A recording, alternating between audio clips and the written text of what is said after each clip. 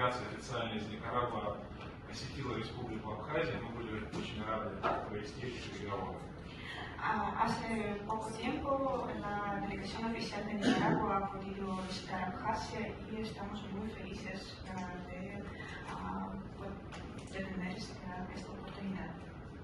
Хочу передать большой привет президенту Республики Абхазия Аслану Георгиевичу Мжане и пожелания всего самого доброго народу Никарагуа, и попросил передать большой привет президенту вашей республики.